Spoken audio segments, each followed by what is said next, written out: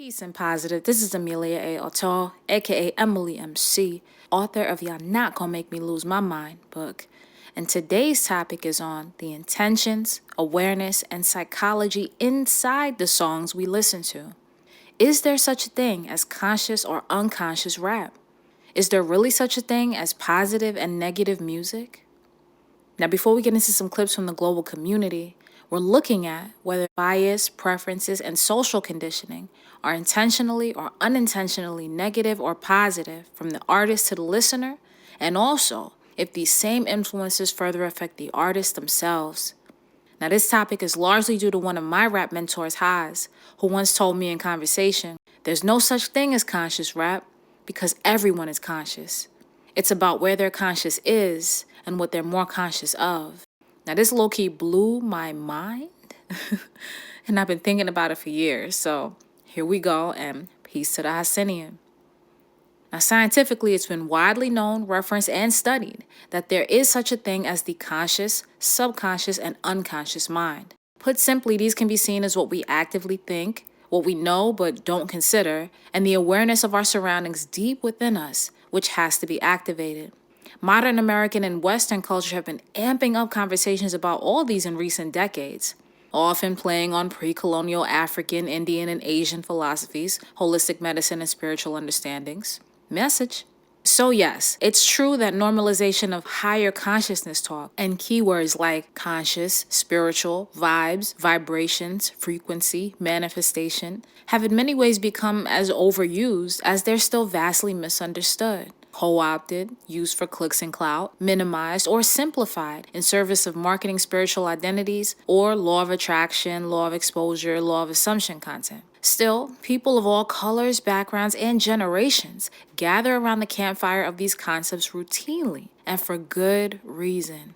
According to hypnotherapist Matt Cruel, quote, unconscious assumptions can affect the way we do things. A lot of psychological therapies rely on the concept of bringing unconscious events, memories, or learnings from those events, cognitions, into conscious awareness so they can be challenged and altered.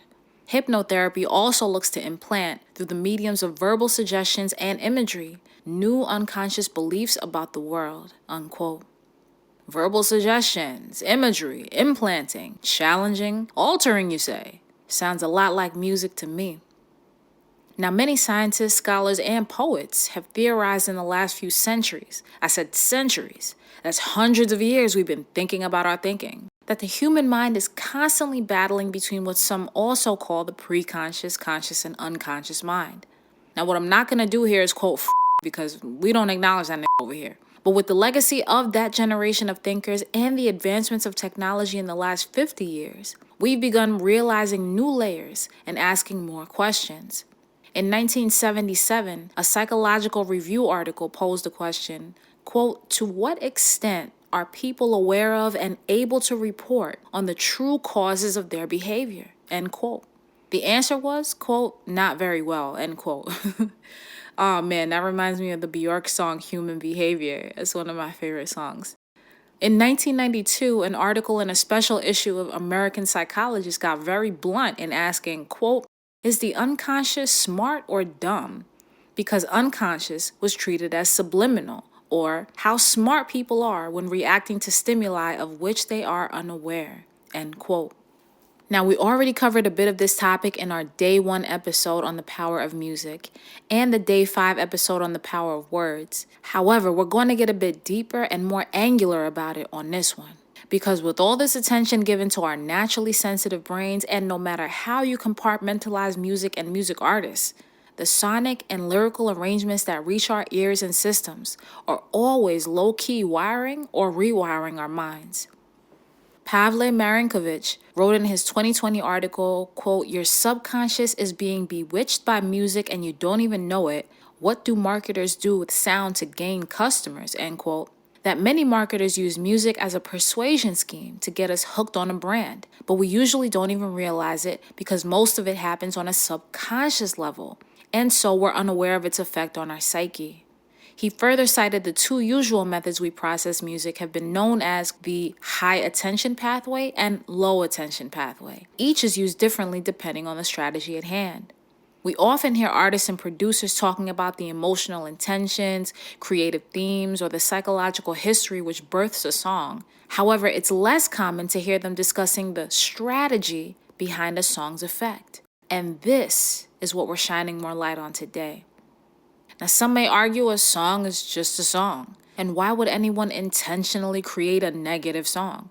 Or be totally unaware that a song is playing in the realm of unconscious thought? However, always remember that in this world, anything is possible. There are several accounts of artists, musicians, producers, music A&Rs, executive producers, radio programmers, and engineers crafting songs with specific intentions for their effect on audiences. And on the flip, there's several songs with cult followings, mythical legend, or controversial history for being withheld from audiences because of their impact.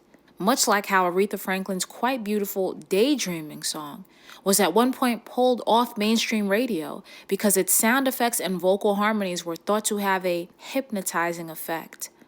Or Erykah Badu's classic Madlib produced anthem The Healer was said to have been removed from a certain round of physical CDs upon its release and rumored to only resurface as a hidden track in other rounds due to, how should I say, the liberating potency of the track? ?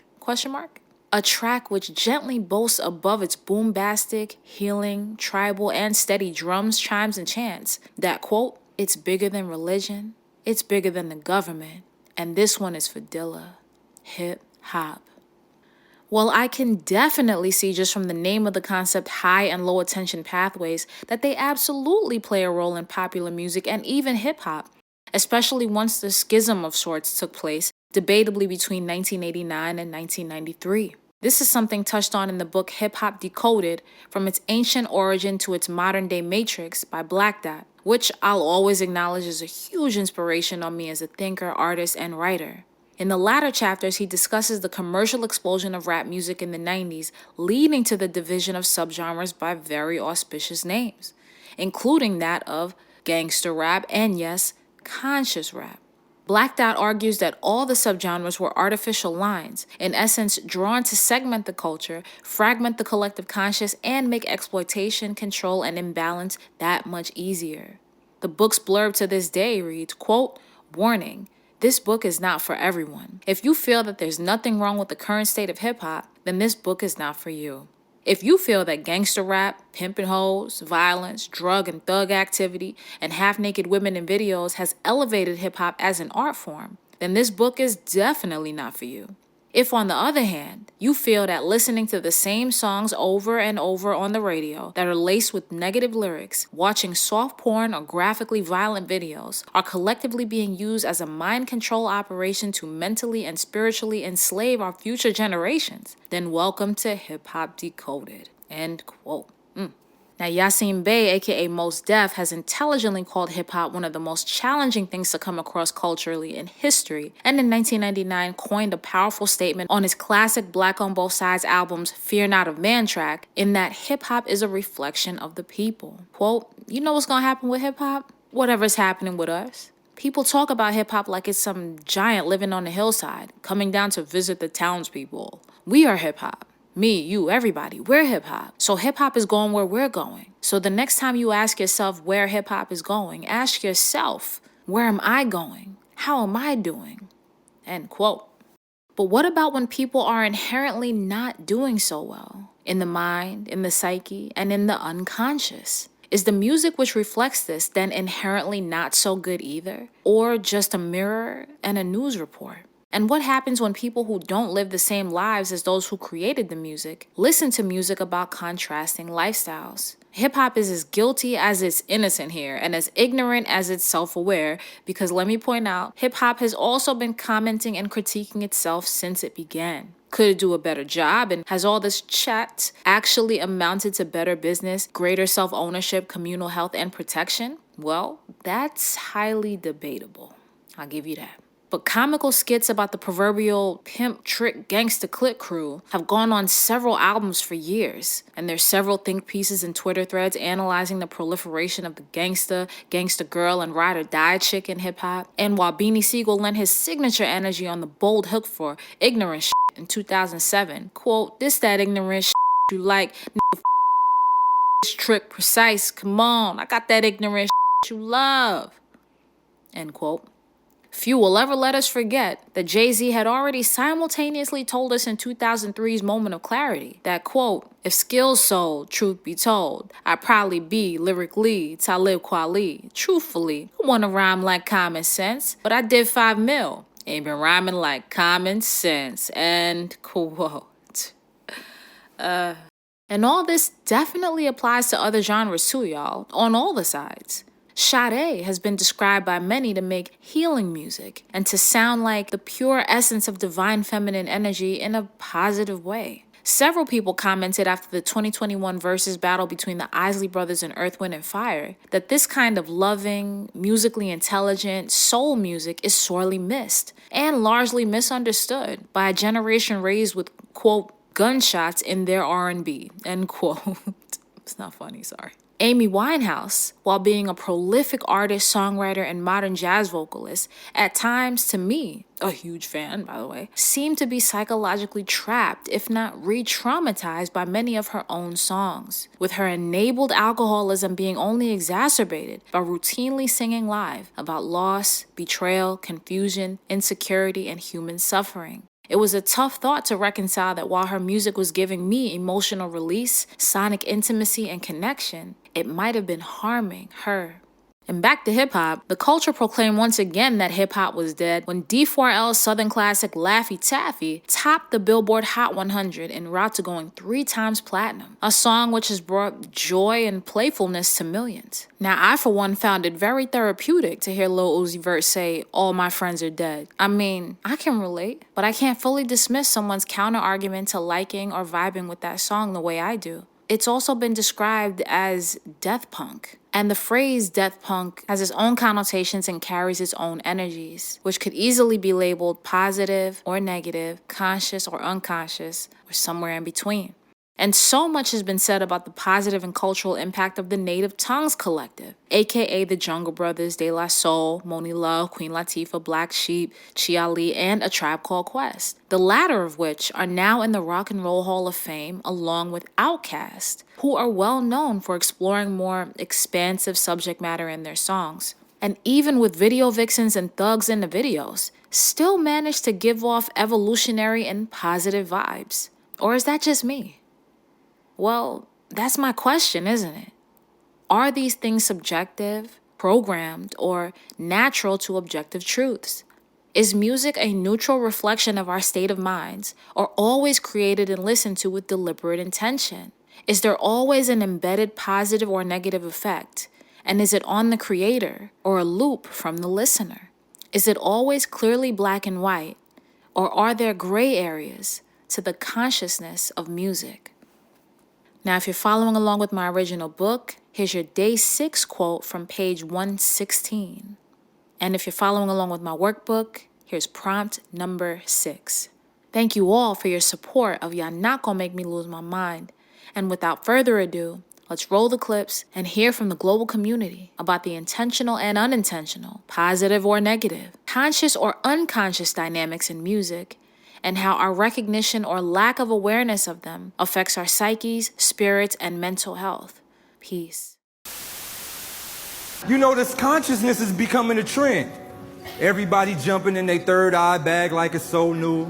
Hoping to go cool. Spirit bombing, chopping the chakras, popping the tofu.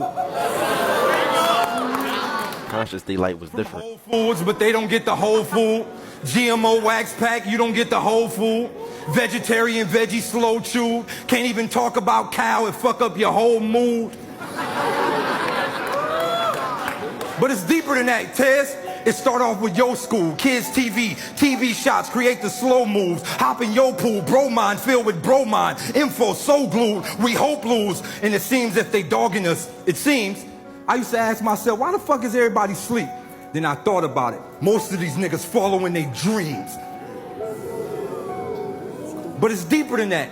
Dentist to dentist setup, fluoride toothpaste, create toothaches, you fake, Orajel give you braces, they be 2 races, to straighten up that big white smile. If you don't got it, they say you Satan, and they feed you from the anesthesia. You know how I know these some evil motherfuckers?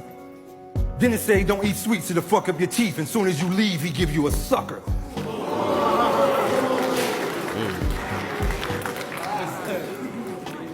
fire, that's fire. But look, it ain't no medium with these encyclopedia medium meat eaters who don't believe in the hype. Look at Nick Cannon. Soon as we get a conscious star, he fall victim to what the media write. Oh, but they ain't get it? Conscious star, fall, meteorite? That's just a way for them to stop a sound. Because when the meteorite or conscious star is falling, that's just a way for them to calm it down. Bro, conscious rap niggas like Nas, J. Cole, they gotta stop. They be having these bars where it's like, oh, I'm still conscious, but I'm romantic. Like, I'm being romantic, but I'm still conscious. And it's like, bro, like, pick. Ain't no way J. Cole gonna say, girl, you been on my mind like Kaepernick kneeling and police killings or Trump saying slick shit. Like, bro, manipulating poor white folks because they ignorant. Like, bro, I thought this was about me. Then he starts going into some, but the pigment. Like, nigga, am I on your mind? Am I? There's a lot of other things on your mind, bro, and I understand. I'm not saying he shouldn't think about it. I'm just saying, nigga, don't put that in the same sentence with me, because it's like, damn. And then Nas talking about some, owe me back like 40 acres to blacks. Nigga, for holding the chain? For holding your ice, I owe you back like 40 acres to blacks? Come on, man, it's very extreme. Yo, is conscious rap about to make a comeback? Not saying it ever left, but historically there's a pattern, right? Conscious rap thrives in times of political tension, and with this current administration, I feel like the ingredients are there. Here are 3 points I thought about. 1, hip-hop being the voice of the marginalized. During conservative administrations, when policies lean heavy on law and order and social safety nets get slashed, hip-hop often becomes the megaphone. During the Reagan era, the war on drugs decimated black and brown communities. Out of that came Public Enemies That Takes a Nation and NWA straight out of Compton. Fast forward to George Bush Sr., those Reaganomics remnants sparked groups like Tribe and De La, who questioned hyper-consumerism, or Ice Cube's Death Certificate, calling out institutional racism. 2, GOP administrations tend to breed protest music. Take George Bush Jr., post 9/11 policies, like the Patriot Act and the Iraq War, fueled a whole generation of awareness music. Mos Def, Dead Prez, Common, Immortal Technique, Talib Kweli. It was a gold rush. Even Kanye had his George Bush doesn't care about black people moment after Hurricane Katrina. And 3, urgency drives art. Yes, conscious rap isn't exclusive to one party. Let's Get Free dropped during Clinton. To Pimp a Butterfly dropped under Obama. And many artists called out President Obama's drone strikes as well. But gotta say the stakes feels higher under Republican administrations when the pace of policies against minorities tend to accelerate. With this current squad in the White House rolling out bills and enforcements at warp speed, the tension feels palpable. Whether it's a young MC from Palestine, or FL King calling out corporate greed, or even Bad Bunny championing his Puerto Rican roots, this urgency feels global. So yes, I'm concerned, but I'm also curious what kind of music is gonna emerge from this moment. Even though he rhymed about a lot of shit here, the power of his voice and the meaning of his words. Who the fuck is this paging me at 5:46 in the morning? That energy, you know what I'm saying? And now granted, like I said, Biggie rhymed about a lot of lower chakra shit, but the potential is always there. That's why Biggie was dangerous. The potential to wake up one day and say, you know what? I'm tired of rhyming about this shit. I need to rhyme about something else to lift my people up, and then a nigga cross over, you know what I'm saying? And be on someone, fight the power, which was Chuck D. Also attribute Chuck D to the the throat chakra, to the brow chakra, what we call the first eye. Some people call it the third eye, but what we talking about, that inner eye, when you got to close these two and you can, you know what I'm saying, travel, dream, all the things you do about who you are, that's that third eye. The only rapper that I can say that really operated from that chakra was Rakim. So this is Indigo. I say Rakim simply because Rakim was the first one to actually bring the knowledge of self. He told you he was God, and he told you that you was God, and he had the lyrical sword to prove it. Not just putting words together, but told you that you was God. That was the most significant thing that ever happened in hip-hop to me, beyond maybe The Message by Melly Mel. You know what I'm saying? No rappers have reached this point. But this is the crown chakra, in my opinion, because we're only dealing with my humble opinion right now. When Rakim reached here in maybe 80, let's say 88 when he was in his prime. Something happened which brought the energy back down and started bringing it down and keeping it down, and that was NWA. Now this energy, these wheels, if you can master these wheels, you can do anything you want to do. Astral project yourself, travel, higher realms of things, all of that, okay? You need to raise your vibrations through the chakras so you can even grab some of the information. Like the universe is trying to talk to you. It's vibrations up here, son. You know what I'm saying, that you can pick up. That's why you can talk to certain people and they don't know what the fuck you're talking about. Right. And you be talking basic shit, like, son, you don't fucking get that? Their vibration is not there. We got this Drake and Kendrick, and all, like if a female artist called you out or something, you'd be like, oh, bet, I'm getting in the booth. I don't see a time where that would happen. Okay. Having an issue with me is more of an issue with yourself. Of course, the sport of rap is competing. Yeah. That's what it is. Of course, I'll hop on a record. But this is what you don't. This is my last. You don't want me to do that. Jesus. You don't want me to do that. Ooh-wee. I hear it in her tone. Yeah, and I'm just more like. She said, I'm letting you know. Yeah, you know who I love? Badu. And Dallas native, of course. Yeah. Mother. Don't get it twisted. I love my incense and all of that, but I'm sensitive about my shit. Yeah. Basically, and that's how I feel. It's like I'm about peace. Yeah. But please don't get it fucked up. Yeah. At any point, my plane flies too high, frequency-wise. Like I genuinely want to see people win. Words can affect people. I don't like when things transition into things that happen in real life because what's said on a record should stay on a record. 100%. I want the safety of us. Yeah. I want the protection of us.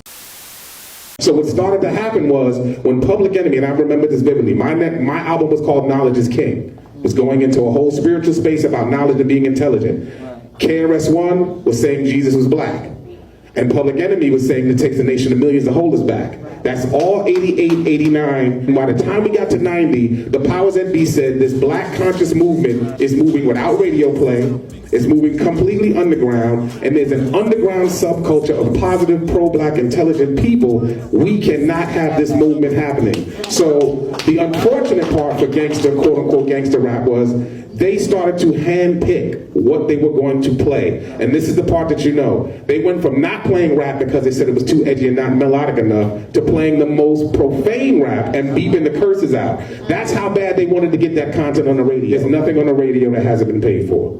So that was an investment. We get paid to rap about that stuff. They actually pay us more when we rap about more ignorant stuff. So the part that we're really, really underestimating is if you had PE over here and you had Biggie over here, you're going to say we're going to put more money into Biggie because we understand his content. And this is back to freedom of speech without question. I love a lot of what Biggie did. I love a lot of what NWA did. But they started to make us one-dimensional. So instead of seeing that there was the Black Panther and the Mac, they started only showing the Mac. My favorite fixation that I have is when I find revolutionary music. I love to see like what year it came out so I could like go back and look at what was going on in the world at that time. And when I say what's going on in the world, I mean like specifically black people. So like what was black people up to? What was some struggles they was facing? Like, you know, what was going on for an average individual that was black or that lived in like the hood or something like that, the hood. And then I'll be trying to like put pieces together based off of like what I know about history and then based off of like what they're talking about. And I don't know, I just love doing that. Like maybe it's because like what I want to do is like improve the black community. Like that's my goal. I feel like that's my purpose in life. So it's like on par for me and it's kind of like educating me. I be going down a rabbit hole and like what they're up to right now. Like how did they even stop making like music? Like why did the hype dial down for them? Because I feel like they was talking about real ass shit. Like they should still be relevant to this day. But yeah, like I just love revolutionary music. Like I love bold ass individuals. Like I love people that was saying the shit that needed to be said. I love the people that was like going against the grain. Like, bro, do not clown me. But I recently just found out about Public Enemy. Like I knew about them, but I never listened to none of their music. And when I tell you I'm in love. Like the whole, like everything. And Sister Soldier, I didn't know she was like a part of their like group or whatever. And I read her books and I love her books. Yes, like 911 is a joke. That's my favorite one. Like I keep playing that shit over and over again. Queen Latifah, Unity, that's a classic. NWA, Express Yourself, and Fuck the Police. Slick Rick, The World Is Yours. Like, I love the message of that song. It's just so good. And then Queen Latifah, like, I like how she used the jazz, right? And then she just came in, she was like, who you calling a bitch? Like, oh my God, that was so good. Like, that whole shit was so good. Hey Young World, I love the beat to that song too. The psychology of music has always been interesting to me because a lot of y'all don't realize how music influences your day-to-day life, and it also shapes your personality. And with that being said, I would like to know what artists you think molded your personality type the most, whether indirectly or directly. I'm going to start first. I think one of my biggest molds for my personality was Jill Scott. I grew up on Jill Scott. I know every Jill Scott song you could think of, even up to her new music. Like, I even watch every show that Jill Scott is in. If I see a show with Jill Scott in it, I'm going to go watch it. But from her music, I took things like poetry and art very seriously. If you're a real Jill Scott fan, you will know that her music is just fucking poetry on beats. That is it. And even some of her songs, they're just straight poems. So I took that from her. Number 2 would be A Tribe Called Quest. Like, if it wasn't for them, a lot of us wouldn't even know what alternative hip-hop is. They jump-started the alternative hip-hop wave. Well, they were one of the few that jump-started it. They combine, like, jazz and hip-hop so perfectly. And now that I'm older, I feel like I constantly chase after music that has this feel. Because the feeling of their music is so fucking unique. And I think my third and last one is going to be Tyler, the Creator. And Tyler, the Creator has been one of those people I've been following since before his music took off. Just watching his YouTube channel, and then they got the show on Adult Swim. But Tyler, the Creator helped mold me into being the person that's not afraid of what people say about me being different. Also, I realized that my photography style sometimes takes a lot at the Tyler, the Creator styles. And I love it, but, I hate it because I got to add my own twist to it. I can't just, dick ride his style. But it is so, like, influential on me. I need the music girlies and the music boys to help me understand why I do not like modern day R&B. Like, there's something about it sonically that does not move me in any way, shape, or form. Like, I want to like Kalani. I want to like SZA. I want to like, who's a new girly? Mariah the Scientist. I want to like them. But I don't. I can't. And the best way to describe it is like their music is too airy for me. Like, no one's really pronouncing words. It's very light. There's no like bass anymore. And I need some bass. I need a melody. I need some key changes. I need a hook. And I need a bridge. And that's not there anymore. Modern R&B is getting right, and what do you think that they're missing, that they keep coming back to the OG stuff? Well, like, I had a conversation with Pleasure and some of them young brothers, and I said, man, y'all keep saying R&B is dead. Y'all kill R&B because y'all want to curse in songs. Y'all want to act like R&B is a rap record. Mm-hmm. You know what I'm saying? I mean, R&B is foreplay. R&B is, y'all took the whole foreplay game out. If you cursing and you trying to make up with your girl or whatever, and you playing a R&B song, you cursing, how you gonna make up? Y'all been arguing, so now the record arguing with y'all. You know what I'm saying?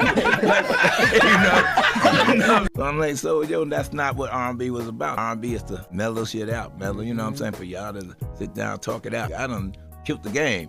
So that's why they keep sampling my shit. Because they like, Omega Last. Who can love you like me? Nobody. You got me twisted, girl. You know what I'm saying? I said, that's what everybody's going back to. That's why they're sampling my song. I'm gonna be totally honest with y'all, the whole world. This type of music right here don't make you wanna love nobody. This type of music right here ain't gonna make you want to care about nobody. And I'm just gonna keep it all the way real. The type of music that we keep on consuming, it ain't nothing but death. It don't do nothing but kill everything inside of you. And the reason why I'm talking about this is because I'm constantly seeing people who really want relationships. They want love. They want to be understood. You know what I'm saying? They want healthy relationships. But how you going to have that when this is the type of music that we constantly consume in our community or just in the world? F that boy, F that girl, F this person. Like, how, man? How you gonna even have love when you keep producing this type of hate?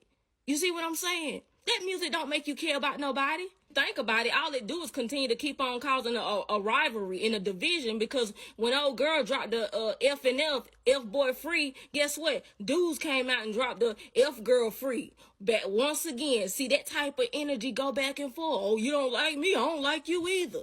That was the mentality and the mindset. How you gonna have unity when you got that type of thing going back and forth? That music is powerful, man. We ain't got no type of, we do, but it's not popular. We don't have no type of music that talks about loving somebody, being loyal to somebody, respecting men and women. Now you got the women running around talking how the men talk. See what I'm saying? That's man, that music got to go. I ain't gonna lie to you. I feel like this. If y'all gonna support these rappers, tell them don't come back out the studio until they got something that's gonna give you life. Cause right now what they giving you is death. Boom, you must jam 70 music the whole year. 70 soul music the whole year. The whole year you must jam 70 soul music. This is a ritual for your ass so you can move into a new spectrum of thought.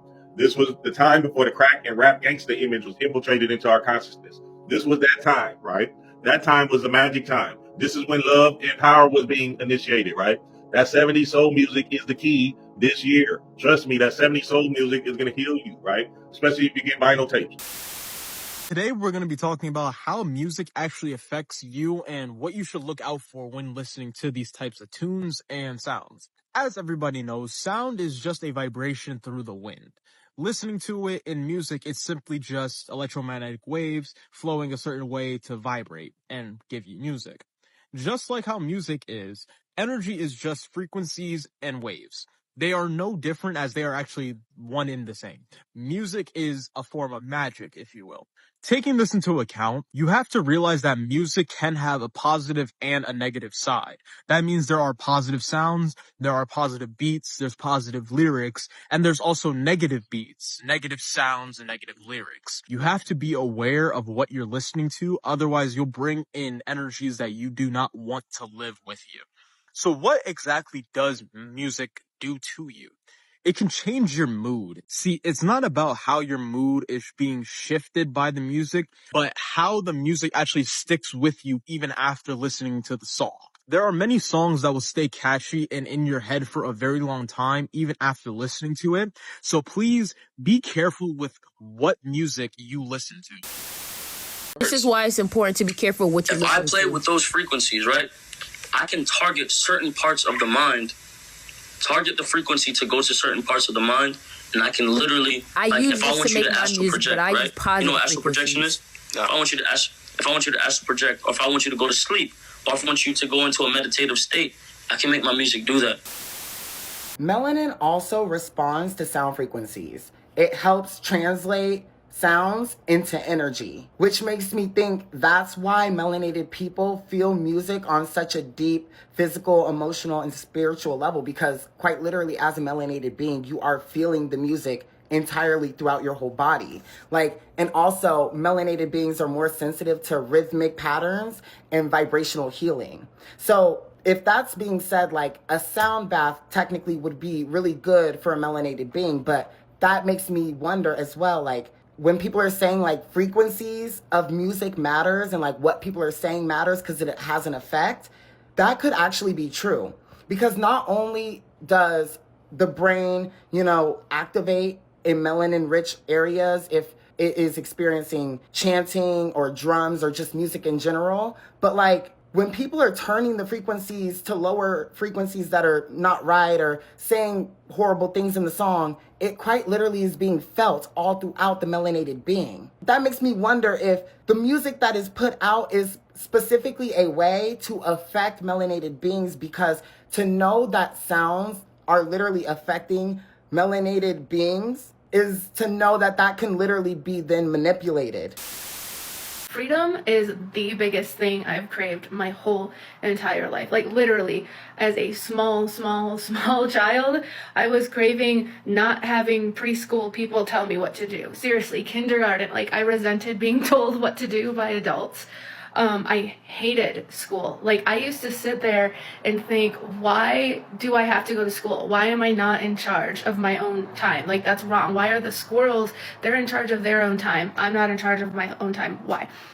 And it progressively got more and more and more. And when I was in high school, like, I hated society. We had a Bob Marley cassette tape. It was the greatest hits, and we like wore that cassette tape out. And that cassette tape introduced me to a lot more roots reggae musicians.